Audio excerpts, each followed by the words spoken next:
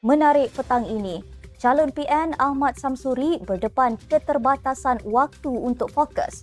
BN mampu bangkit semula di Kemaman seperti kebangkitan Cameron Highlands pada 2019.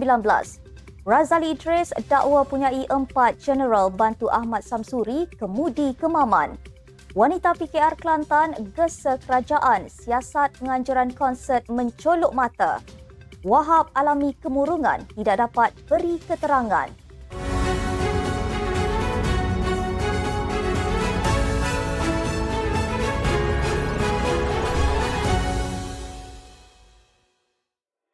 Assalamualaikum dan salam Malaysia Madani.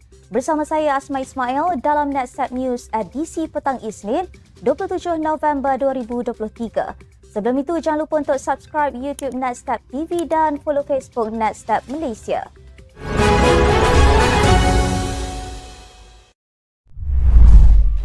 Berita sepenuhnya. Menteri Besar Terengganu Datuk Seri Dr. Ahmad Samsuri Mukhtar berdepan keterbatasan waktu dalam kempennya ketika hari mengundi semakin hampir. Beliau yang juga calon Perikatan Nasional PN tetap menjalankan tanggungjawab terhadap persidangan Dewan Undangan Negeri DUN yang bermula selama 4 hari. Adun Ru Redang itu membentangkan belanjawan berimbang melibatkan peruntukan 1.860 bilion untuk perbelanjaan mengurus termasuk 500 juta ringgit caruman kepada wang kumpulan pembangunan.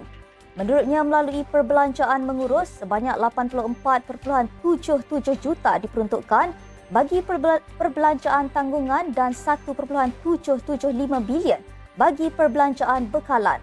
Bagi perbelanjaan bekalan iaitu sebanyak 278.30 juta untuk MU Lumen, 251.48 juta untuk perkhidmatan dan bekalan, 23.86 juta untuk aset, 1.220 bilion untuk pemberian dan kenaan bayaran tetap dan 1 juta ringgit untuk perbelanjaan lain.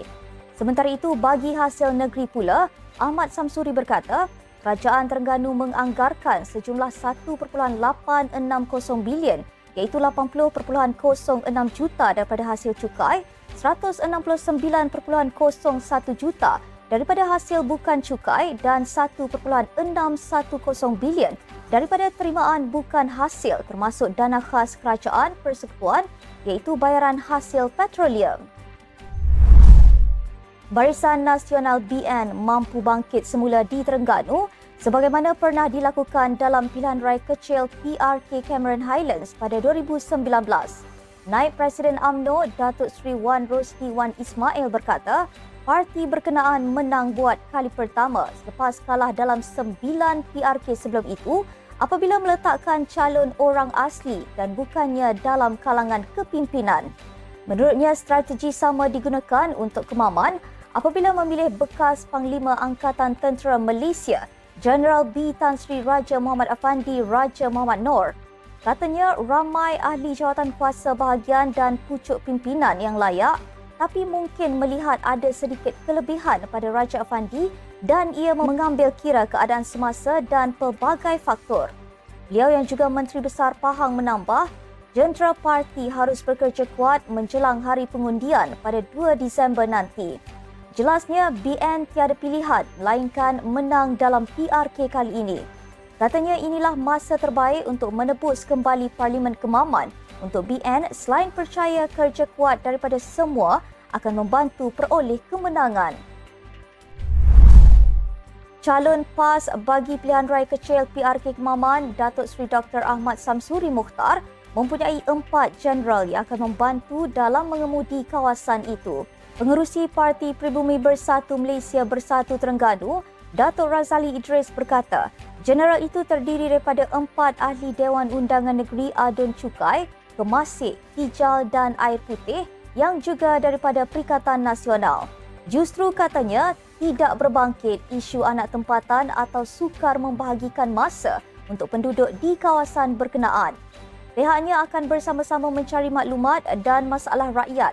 Seterusnya akan menghantar kepada ahli parlimen untuk dibawa ke Dewan Rakyat. Katanya inilah jentera untuk memastikan parlimen serta DUN mendapat manfaat daripada hasil kemenangan sebagai wakil rakyat. Adun Kijal itu menambah, pengundi kemaman perlu mengajar kerajaan sekali lagi dengan memperoleh majoriti lebih besar. Jelasnya PRK kali ini tidak sepatutnya dilakukan tetapi tetap dibuat bagi memenuhi matlamat pihak tertentu. PRK Kemaman kali ini menyaksikan pertandingan dua penjuru antara Ahmad Samsuri yang mewakili PAS dan bekas Panglima Angkatan Tentera Malaysia, Jeneral B Tan Sri Raja Muhammad Afandi Raja Muhammad Noor sebagai calon BN.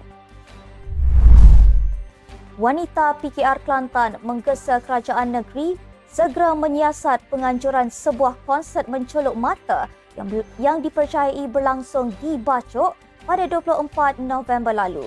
Nur Azmiza Mamat berkata, berdasarkan maklumat yang diterima, konsert terbabit menyajikan persembahan yang kurang sopan. Terdahulu tular di laman TikTok melibatkan persembahan dari Thailand Tumpang Chanok Nan yang dimeriahkan pula dengan penari latar berpakaian seksi. Justru pihaknya menuntut kerajaan Kelantan membuat siasatan lanjut serta mengambil tindakan sewajarnya kerana konsert itu jelas tidak memenuhi enakmen Kawalan Hiburan Kelantan. Enakmen tersebut antara lain ditegaskan oleh PAS yang mentadbir kerajaan negeri itu sejak 1990 adalah untuk mentertibkan tata laku rakyat. Menurut Seksyen 36(2) enakmen tersebut, sesuatu peraturan boleh diambil bagi mengawal selia perilaku pelakon, penyanyi dan penghibur selain memastikan pengunjung tempat hiburan berkelakuan sopan dan teratur. Peguam Pegawai JKOM Abdul Wahab Abdul Kadir Jailani memaklumkan beliau tidak dapat memberikan keterangan kepada polis kerana mengalami kemurungan. Faizal Rahman berkata polis patutnya merekodkan kenyataannya semalam ekoran penularan video jelik yang memaparkan Wahab bersama bekas Ketua Pengarah JKOM Agus Yusof. Katanya Wahab sedang menjalani rawatan selepas mengalami kemurungan yang teruk.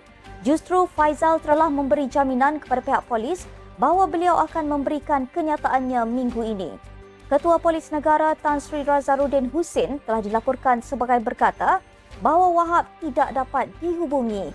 Faizal yang mengulas perkara tersebut berkata ia hanya salah faham memandangkan beliau sendiri telah memaklumkan kepada pihak polis.